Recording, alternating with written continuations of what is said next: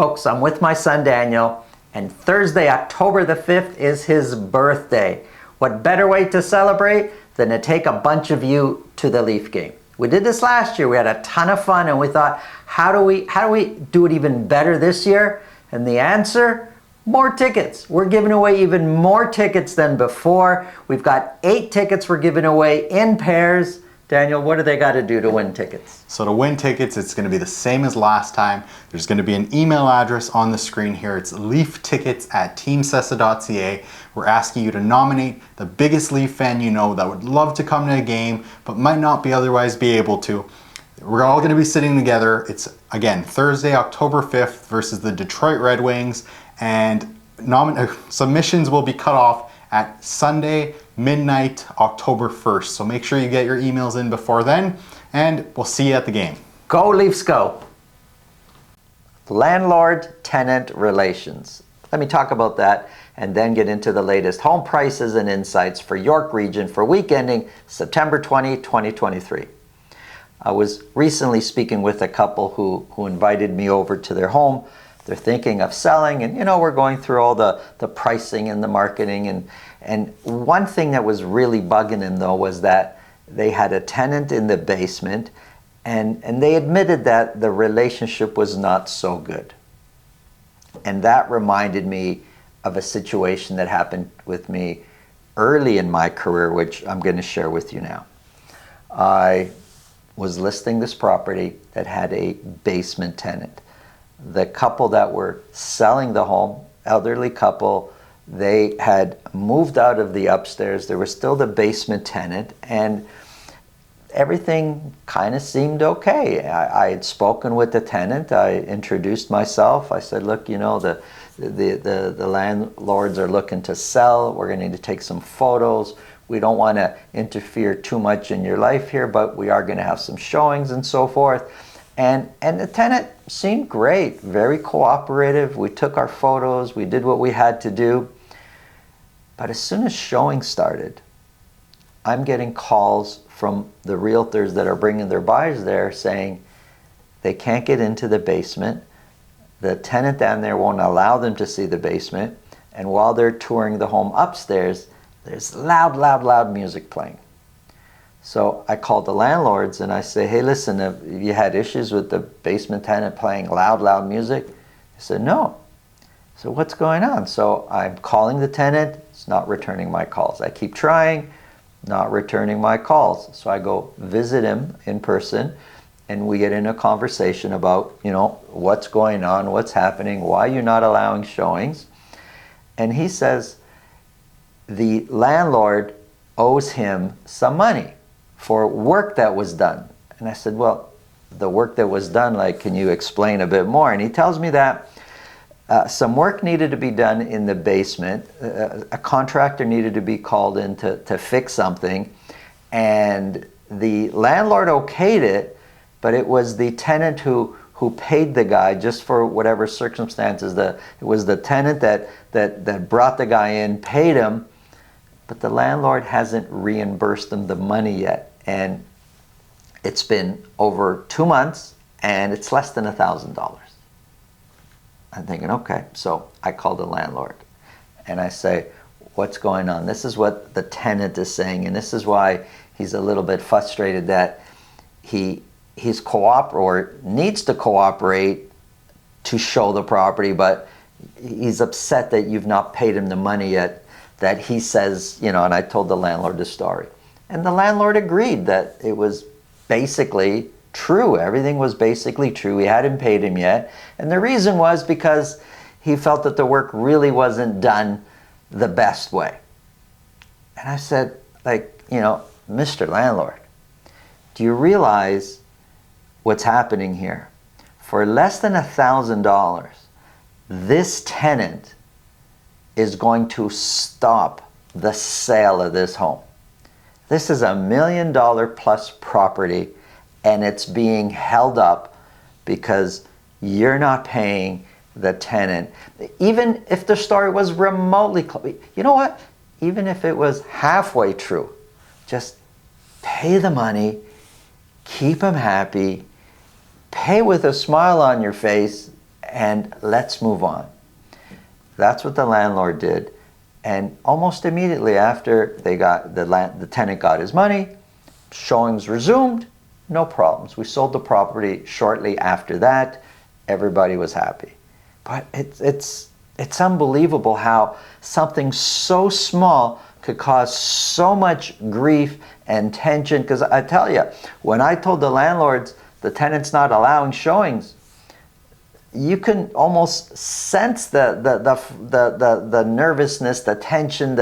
It's like they were like afraid that, oh my God, what's going on? What are we going to do? Just a simple thing of just having a good relationship. Now, sometimes things happen. I know in the whole landlord-tenant thing, look, things happen that are way beyond everybody's control. But there's lots of little things that go on that, that are simple and can be sorted out. And you also look at it from the point of who's got more to gain, who's got more to lose. Because in the scenario I just told you, didn't change anything for the tenant. Yeah, he was out the less than $1,000, but he's also the one paying the rent every month. At some point, I'm sure he would have just kept, that portion of the rent and considered paid. But the tenant was living happily there. It's the sellers that want to sell that were being roadblocked in not being able to sell their property. So sometimes you gotta, go beyond what's right and wrong in principle. Sometimes it's just about, look, who's got more to gain, who's got more to lose. Let's just sort this out, even if it's not totally making sense sometimes. Just sort it out, be happy, and keep the relationship between landlord and tenant. It's sometimes such small things can cause such big problems. If you feel this video can help somebody please pass it along. If you get value from what we're talking about, subscribe. And if you want to speak with me about your real estate situation, selling, buying, all you got to do is below this video, click on the calendar. It's my calendar. Click on that, book a time that's convenient for you, and we'll talk about whatever's on your mind. Now, let's get into the numbers.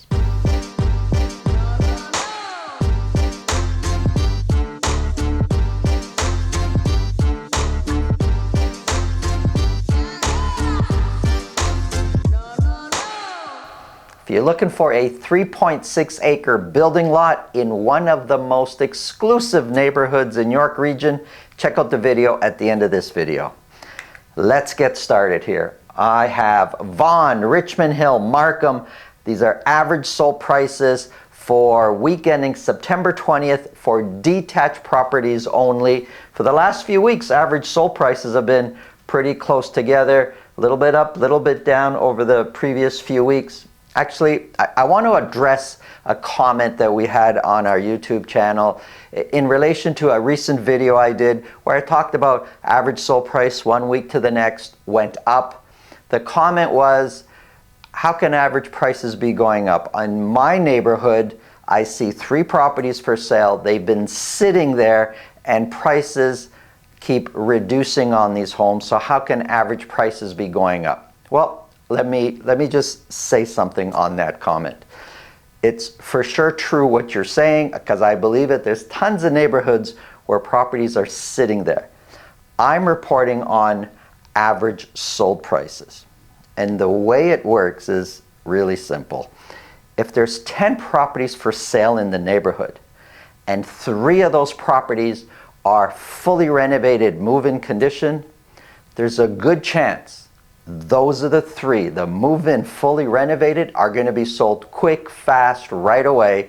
Those are the properties the buyers right away jump on, and they will probably have a higher selling, not probably, for sure will sell for more than the ones unrenovated, less favorable. The less favorable will sit, the highly favorable will sell quickly and fast.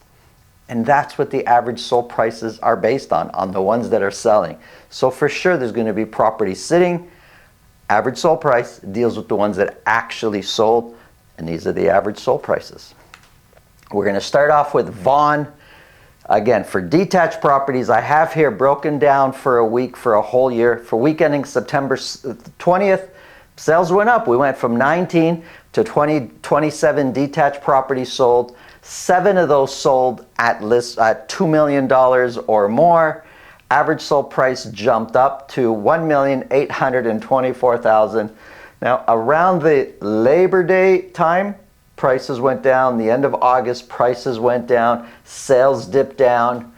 But it kind of seems right now, I drew a line over the course of, say, from March to where we are now. It kind of seems that 1824 falls in line to where we've been for most of the year, the middle ground of most of the year for prices. It's really tough to say what's going to happen. And as we get into some of the charts, look, average prices are up, sales are up, listings are up, months of inventory goes up and down. Which way is it going to play out? Is this just for 1 or 2 weeks as buyers jump back in after the summer holidays, after Labor Day, they're back? Is it going to last for 1, 2, 3 weeks, or is it going to be more for a couple months over the fall season? We'll see. Currently, 1824 is 14% higher than where we were this time last year. Actually, let me go back. Last year this time, prices after Labor Day kind of dropped. This year, they're going up. Median price is 22% higher than where we were this time last year. Of the 27 that sold, now 27 is not a lot. It's more than the previous couple weeks, but it's not a ton of sales. 27, a third of those, 33% sold at list price or more. Listings. Folks, if you're buying in Vaughan and you're looking for a detached property, you've got more choices. We went from 58 listings to 85 and then again to 85 for week ending September 20th. Active listings is increasing. There's more properties on the market to choose from. You're seeing this in your neighborhood. But again, the more favorable ones are selling quickly, and there's a good chance those more favorable properties are also a little bit more expensive. Months of inventory came down. We're sitting at 3.1 months of inventory. Now, if we go back 3 months, months of inventory has been increasing, which tends to bring prices down. Then we hovered a little bit over 3 months of inventory. Labor Day weekend, let's just try to not even picture what's happening here because it's a Labor Day weekend before and after. Now we're back at 3.1, which is kind of in line to where we were before the week prior to and the week after Labor Day. What's happening the next few weeks? That's the big question. And right now, it's really, really difficult to kind of try to understand what's happening in this market. I'm telling you now. Richmond Hill, 24 detached properties were sold. 7 of those were at $2 million or more. Average sold price has been pretty steady the last 3 weeks, sitting at $1,828,000 for this week ending September 20th. 1828 is 2% lower than where we were this time last year. The median price is 8% lower. Of the 24 that sold, 42%, it got a bit active, a bit more competitive. 42% sold at list price or more. Listings are up. We've had, although they're up from where we were the last week or so, we've been listing 60, 64, 65 before. So they are up, but they're kind of normal to what we've seen before. And, oh, sorry, let me go back. I just want to make a note. There's been very little change with active listings in Richmond Hill. So choices as far as volume goes has been pretty much the same over time for Richmond Hill. And months of inventory has come down to 2.6 months of inventory. 2.6 is lower than we've seen for a while now. Here's Markham. We went from 18 sales to 28 sales. 7 properties sold at $2 million or more. Average sold price came down a little bit to $1,724,000. But for the last 4 weeks, it's been hovering around 1.7, 1.720. It's kind of been in there for a little while now. Compared to last year, 1.724 is 3% higher. The median price is 2% lower. Of the 28 that sold, 61% sold at list price or more. So Markham, based on Vaughan, Richmond Hill, and Markham. Markham is the most competitive city there as far as buying detached properties go. Listings are way up. We went for the week after Labor Day from 46 to 88, now 76 listings. You could see active listings increasing, so there's more choices. Months of inventory came down to 2.3. And here's where you can also see it, Markham being the most competitive. Months of inventory between the three cities I'm talking about for Markham is the lowest. So it was increasing, has been steady around 3. Now we're dipped down to 2.3 months of inventory. And condos. This is for all of York region. 41 condos were sold. So similar pattern as far as detached sales have been increasing. 41 condo apartments were sold. 5 of those were at $1 million or more. Average sold price sitting at $745,000. Now $745,000 is kind of higher than where we've been for most of the year. It's in the higher range of what we've been average sold prices go. $745,000 is 6% higher than where we were a year ago. The median price is 7% higher than where we were a year ago. Of the 41 that sold, less than a third, 32% sold at list price or more. Listings, tons more listings. We went from 108 to 153.